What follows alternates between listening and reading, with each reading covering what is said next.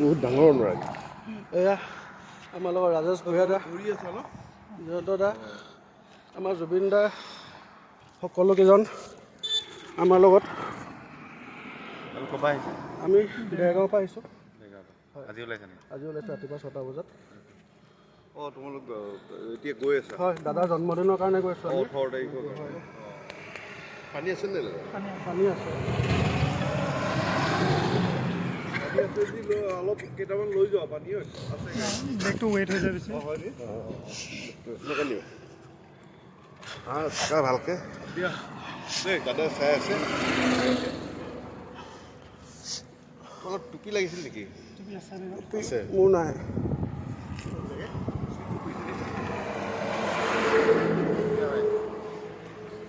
জেগা ক'ত গ'ল?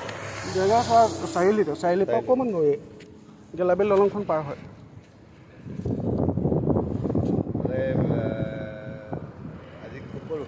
আজি আমি বোকাখাট পাৰ হৈ যাম বুলি ভাবিছোঁ। বোকাখাট পাৰ হৈ ৰখিম।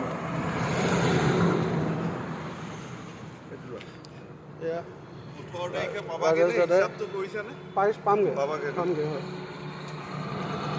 ভাল লাগে নাই গৈ দিয়া আহি থাকা।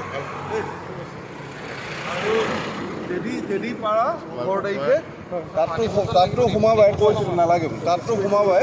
আমি গীতানগৰ ফিল্ডত আমাৰ গোটেই বন্ধুখিনিয়ে তাৰ বাৰ্থডে পাতিম।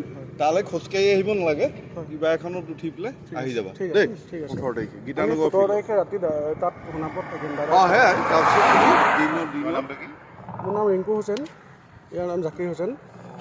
বঢ়িয়া দেই, all the best, all the best. Pankaj da